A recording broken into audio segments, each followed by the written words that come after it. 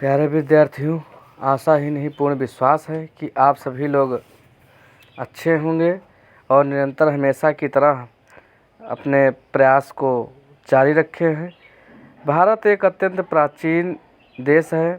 हमारे देश का इतिहास अनेक सभ्यताओं व संस्कृतियों का साक्षी रहा है। देश को अनेक कालों व स्थितियों से भी गुजरना पड़ा, जिस कारण इसका इतिहास विविधता व उथल-पुथल भरा है, अनेक घटनाओं से भरा है।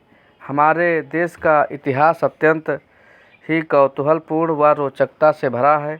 देश के इतिहास की जानकारी न केवल विद्यार्थियों वरन देश के आम नागरिकों के लिए भी उपयोगी है। इसमें फर्स्ट ऑफ ऑल जो मुग़ल भारत में लोदी वंश के सुल्तान इब्राहिम लोदी की पराजय के साथ ही भारत में मुग़ल वंश की स्थापना हो गई, जिसमें बाबर की जीवन काल के बारे में आज वर्णन किया जा रहा है। 1526 से 1530 ईस्वी में पानीपत के प्रथम युद्ध में दिल्ली सल्तनत के अंतिम वंश लोदी वंश के सुल्तान इब्राहिम लोदी की पराजय के साथ ही भारत में मुग़ल वंश की स्थापना हुई। इस वंश का संस्थापक ज़हीरुद्दीन मोहम्मद बाबर था। बाबर 14 फरवरी 1483 ईस्वी को फरगाना में ज़हीरुद्दीन बाबर का जन्म हुआ। बाबर अपने पिता की ओर से तैमूर का 5वां एवं माता की ओर से चंगेज़ मंगोल नेता का 14वां वंशज था। उसका परिवार तुर्की जात के चगतई वंश के अंतर्गत आता था। अपने पिता उमर शेख मिर्ज़ा की मृत्यु के बाद 11 वर्ष की अल्पायु में यानी कि 1494 ईस्वी में भांवरा उन्नहर की एक छोटी सी रियासत फरगना का शासक बना। बाबर ने अपना राज्याभिषेक अपनी दादी एहसान दौलत बेगम के सहयोग से करवाया। बाबर ने अपने फरगाना के शासनकाल में 1501 ईस्वी में समरकंद पर अधिकार किया, जो मात्र 8 महीने उसके कब्जे में रहा। 1504 ईस्वी में बाबर ने काबुल पर अधिकार कर लिया और 1507 ईस्वी में बाबर ने अपने पूर्वजों द्वारा धारण की गई उपाधि मिर्ज़ा का त्याग कर नई उपाधि बादशाह धारण की। बाबर की मृत्यु पर विजय बाबर का भारत के विरुद्ध किया गया प्रथम अभियान 1519 ईस्वी में यूसुफ जाई जात के विरुद्ध था। इस अभियान में बाबर ने बाजवे और भेरा को अपने अधिकार में किया। यह बाबर का प्रथम भारतीय अभियान था जिसमें उसने तोपखाने का प्रयोग किया और 1519 ईस्वी के अपने दूसरे अभियान में बाबर ने पेशावर पर अधिकार कर लिया। इस प्रकार से 1520 ईस्वी में अपने तीसरे अभियान में बाबर ने बाजौर एवं भेरा को पुनः जीता। साथ ही सियालकोट एवं सैयदपुर को भी अपने अधिकार में कर लिया और 1524 ईस्वी के चौथे अभियान के अंतर्गत इब्राहिम लोदी एवं दौलत खां के मध्य मतभेद हो जाने के कारण दौलत खां गवर्नर लाहौर ने अपने पुत्र को बाबर को भारत पर आक्रमण हेतु आमंत्रित करने के लिए भेजा। संभवतः इसी समय राणा सांगा ने भी बाबर को भारत पर आक्रमण करने के लिए निमंत्रण दिया था। बाबर को भारत पर आक्रमण के लिए आमंत्रित करने के पीछे संभवतः कुछ कारण इस प्रकार थे। दौलत खां पंजाब में अपना स्वतंत्र अस्तित्व बनाए रखना चाहता था। आलम खां किसी तरह दिल्ली के सिंहासन पर अधिकार करना चाहता था और राणा सांगा संभवतः बाबर के द्वारा अफगानों की शक्ति को नष्ट करके खुद दिल्ली पर अधिकार करना चाहता था। अपने चौथे अभियान यानी कि 1524 ईस्वी में बाबर ने लाहौर एवं दीपालपुर पर अधिकार कर लिया। नवंबर 1526 ईस्वी में बाबर द्वारा किए गए 5वें अभियान में, जिसमें बदख्शा में सैनिक टुकड़ी के साथ बाबर का पुत्र हुमायूं भी आ गया था। सर्वप्रथम दौलत खां को समर्पण के लिए विवश कर बंदी बनाकर भेरा नगर भेज दिया गया। शीघ्र ही आलम खां ने भी आत्मसमर्पण कर दिया। इस तरह पूरा पंजाब बाबर के कब्जे में आ गया। प्यारे दोस्तों, लिसनर्स, हम आपसे यही उम्मीद करते हैं कि आप सभी सुन रहे होंगे और लाइक व सब्सक्राइब करना ना भूलें और बेल आइकन का बटन अवश्य दबा दें, जिससे हमारी वीडियोस समय समय तक आप तक पहुंचती रहें और आप लोगों को अर्थ से फर्श तक की जानकारी हम इतिहास के बारे में देते रहेंगे। इस प्रकार से बाबर का भारत पर प्रारंभिक आक्रमण किस वर्ष में हुआ, अब हम जानते हैं कि वर्ष 1518 से 1519 आक्रमण स्थल था बाजौर एवं भेरा। वर्ष 1519 से में पेशावर आक्रमण स्थल था इसका, और 1520 में बाजौर, भेरा व सियालकोट था आक्रमण स्थल, और 1524 में लाहौर और दीपालपुर व सुल्तानपुर रहा।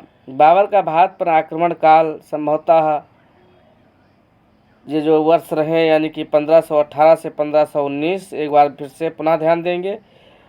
1519 पेशावर में हुआ, 1520 में बाजौर, भेरा व सियालकोट में हुआ, और 1524 में लाहौर, दीपालपुर व सुल्तानपुर में हुआ। अब इसी में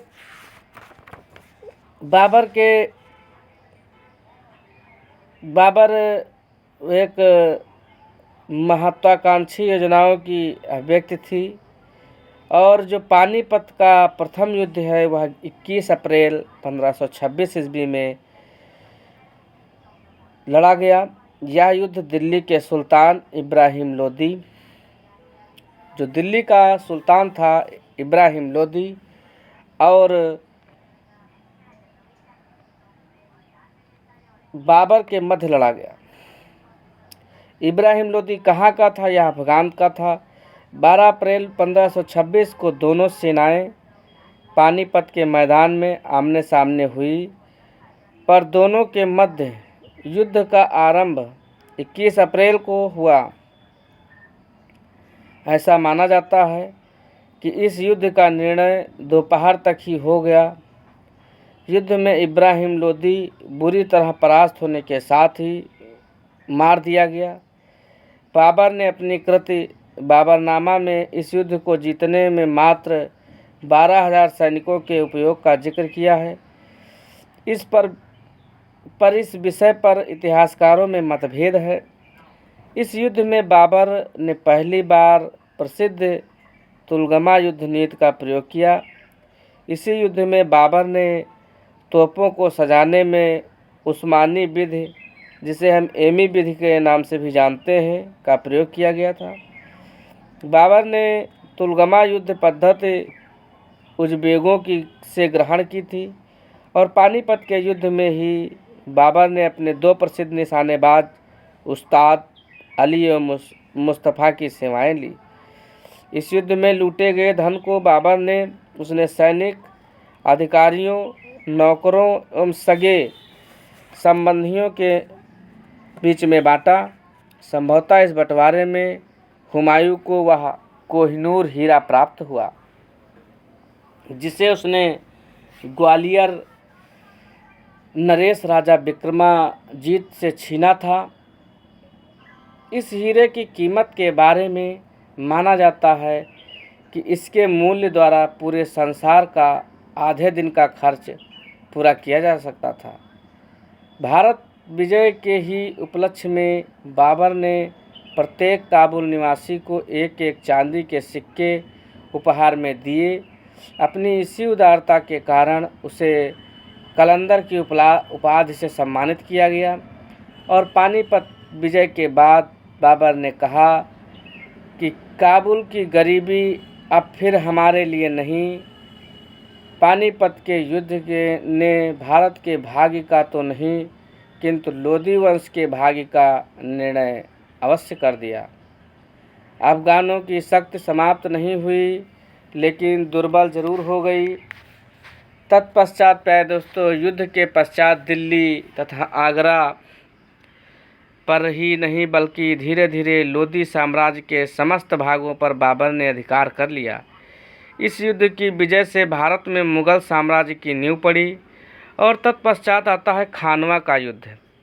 खानवा का युद्ध जो कि 17 मार्च 1527 में लड़ा गया। यह युद्ध बाबर एवं मेवाड़ के राणा सांगा के मध्य लड़ा गया। इस युद्ध के कारणों के विषय में इतिहासकारों के अनेक मत हैं। कुछ का कहना है कि चूंकि पानीपत के युद्ध के पूर्व बाबर एवं राणा सांगा में हुए समझौते के तहत इब्राहिम के खिलाफ राणा सांगा को बाबर के सैन्य अभियान में सहायता करनी थी, जिससे राणा सांगा बाद में मुकर गया और दूसरा सांगा बाबर को दिल्ली का बादशाह नहीं मानता था। इन दोनों कारणों से अलग कुछ इतिहासकारों का मानना है कि यह युद्ध बाबर एवं राणा सांगा की महत्वाकांक्षी योजनाओं का परिणाम था। बाबर संपूर्ण भारत को रोकना चाहता था, परंतु राणा सांगा तुर्क अफगान राज्य के खंडहरों के अवशेष पर एक हिंदू राज्य की स्थापना करना चाहता था। परिणाम स्वरूप दोनों सेनाओं के मध्य 17 मार्च 1527 ईस्वी से युद्ध आरंभ हुआ। इस युद्ध में राणा सांगा का साथ मारवाड़, अंबर, ग्वालियर, अजमेर, हसन खां मेवाती, वसीम चंदेरी एवं इब्राहिम का भाई महमूद लोदी दे रहे थे। युद्ध में राणा के संयुक्त मोर्चे की खबर से बाबर के सैनिकों का मनोबल गिरने लगा। बाबर ने अपने सैनिकों के उत्साह को बढ़ाने के लिए शराब पीने और बेचने पर प्रतिबंध की घोषणा कर शराब के सभी पात्रों को तुड़वाकर शराब ना पीने की कसम ली। उसने तमगा कर मुसलमानों से न लेने की घोषणा की। जैसे कि तमगा क्या है, किस प्रकार होता था, क्या था, इसके बारे में ज़रूर जानेंगे। जो कि तमगा एक प्रकार का एक व्यापारिक कर था जिसे राज्य द्वारा लगाया जाता था। साथ ही बाबर ने राणा सांगा के विरुद्ध जिहाद का नारा दिया था। इस तरह खानवा के युद्ध में भी पानीपत युद्ध की रणनीति का उपयोग करते हुए राणा सांगा के विरुद्ध सफलता प्राप्त की। युद्ध क्षेत्र में राणा सांगा घायल हुआ, पर किसी तरह अपने सहयोगियों द्वारा बच निकला। कालांतर में अपने किसी सामंत द्वारा जहर दिए जाने के कारण राणा सांगा की मृत्यु हो गई। खानवा के युद्ध को जीतने के बाद बाबर ने गांजी की उपराध धारण की। खानवा के युद्ध के उपरांत बाबर के घुमक्कड़ एवं अस्थिर जीवन में स्थिरता आई और 29 जनवरी 1528 ईस्वी को बाबर ने चंदेरी के युद्ध में वहां के सूबेदार मेदिनी राय को परास्त किया। मेदिनी राय की 2 पुत्रियों का विवाह कामरान एवं हुमायूं से कर दिया गया। 16 मई 1529 ईस्वी को बाबर ने घाघरा के युद्ध में बंगाल एवं बिहार की संयुक्त सेना को परास्त किया। परिणाम स्वरूप बाबर का साम्राज्य आक्सस से घाघरा एवं हिमालय से ग्वालियर तक पहुंच गया। लगभग 48 वर्ष की आयु में 27 दिसंबर 1530 ईस्वी को बाबर की आगरे में मृत्यु हो गई। 27 दिसंबर 1530 ईस्वी को बाबर की आगरे में मृत्यु हो गई और प्रारंभ में उसके शव को आगरे के आराम बाग में रखा गया, पर अंतिम रूप से काबुल के एक मनमोहक स्थान पर दफना दिया गया। अब यहाँ पर हम जो बाबर की उपलब्धियाँ थीं इनका भी बखान कर रहे हैं।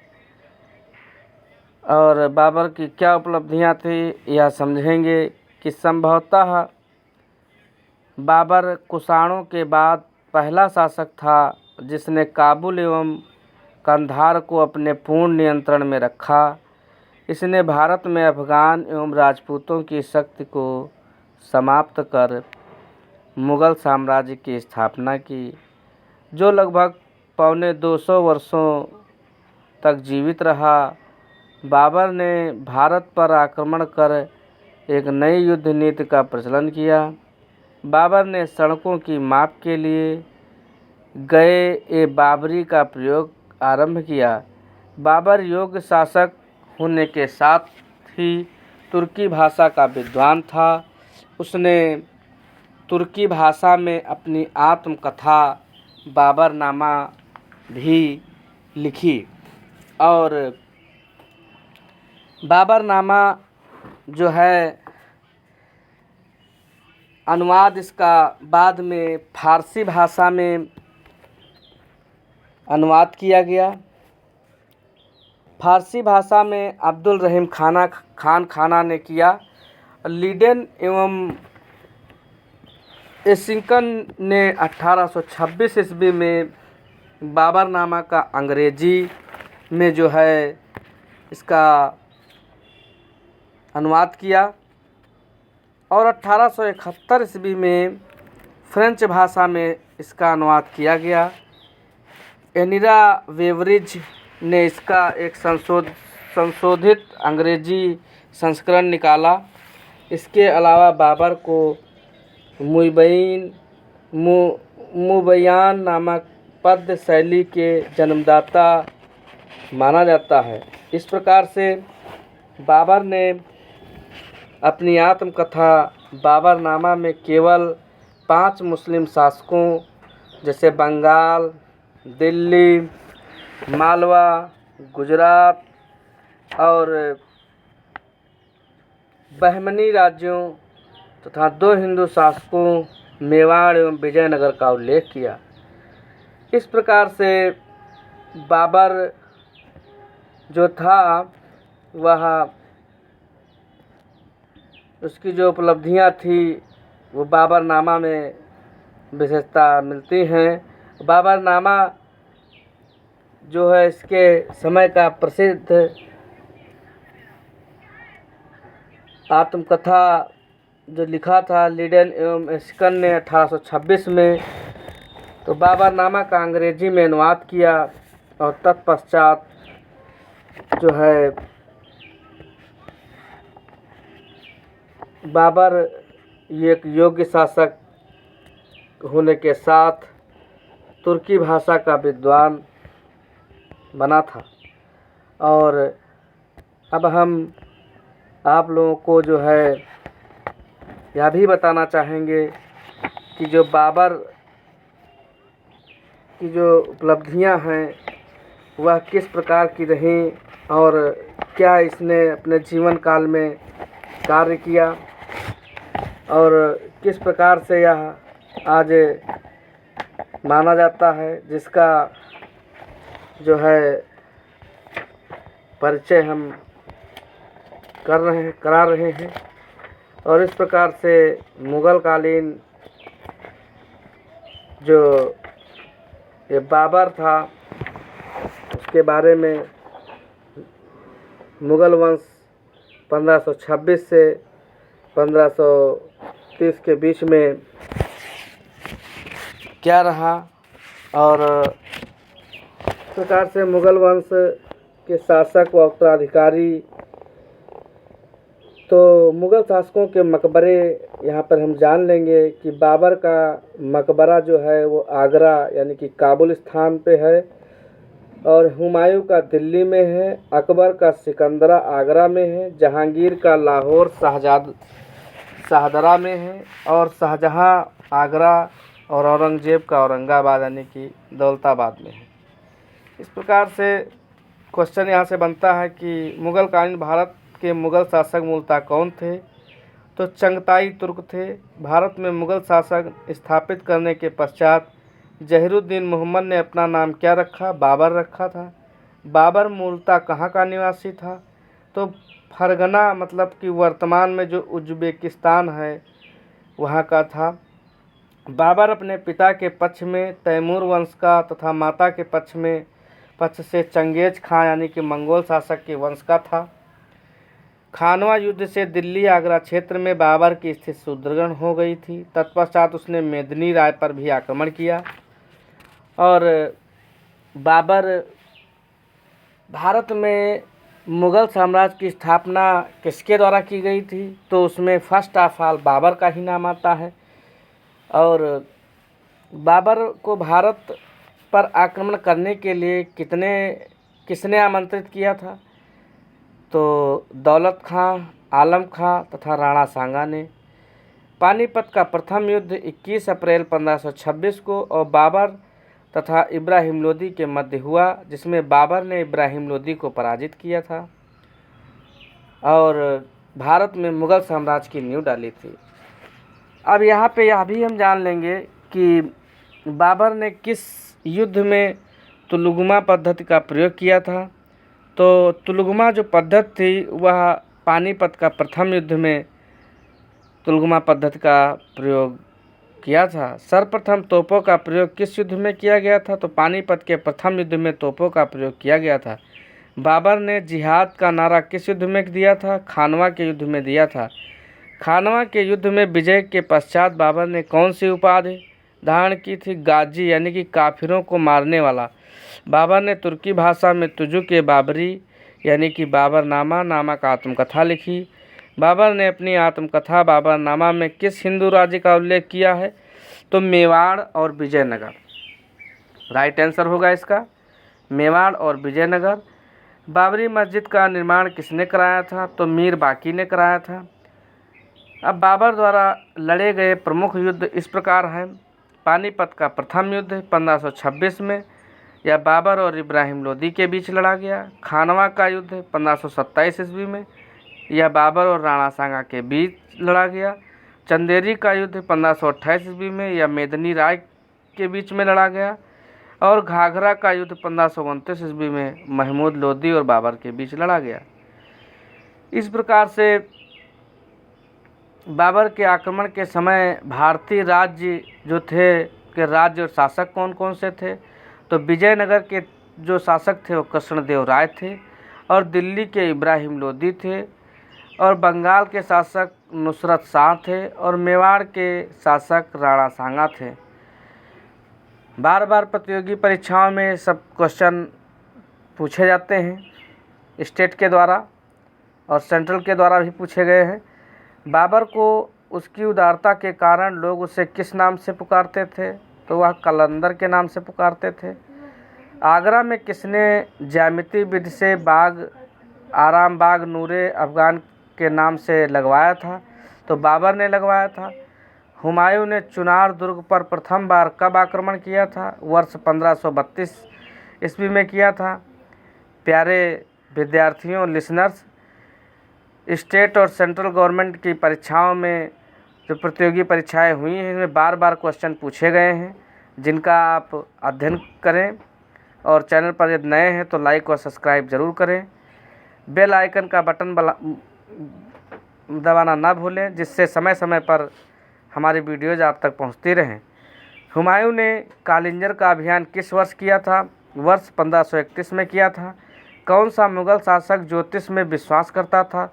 तो वह था आपका हुमायूं। हुमायूं को ज्योतिष में अपार विश्वास था। 26 जून 1539 को चौसा के युद्ध में हुमायूं को किसने पराजित किया था? तो शेरशाह सूरी ने पराजित किया था। चौसा के युद्ध के दौरान निजाम नामक एक भिश्ती ने हुमायूं की जान बचाई थी, इसलिए हुमायूं ने उसे आधे दिन के लिए बादशाह बनाया था। बहुत ही दिलचस्प घटना थी। किस युद्ध में पराजित होने के पश्चात हुमायूं को दिल्ली की गद्दी छोड़कर भागना पड़ा था? तो वह था आपका बिलग्राम या कन्नौज का युद्ध, जो कि 1540 में था। किस युद्ध में विजय के पश्चात हुमायूं दिल्ली का पुनः शासक बना? वह सरहिंद का युद्ध था, 1555 में हुआ था। अब इसमें जो है जानेंगे कि स्वर्ण सिक्का जारी करने वाला प्रथम मुगल शासक कौन था। वह हुमायूं था, जिसके बारे में हम अपने आगे वर्णन करेंगे और विस्तृत अध्ययन करके बतलाएंगे। जय हिंद, जय भारत।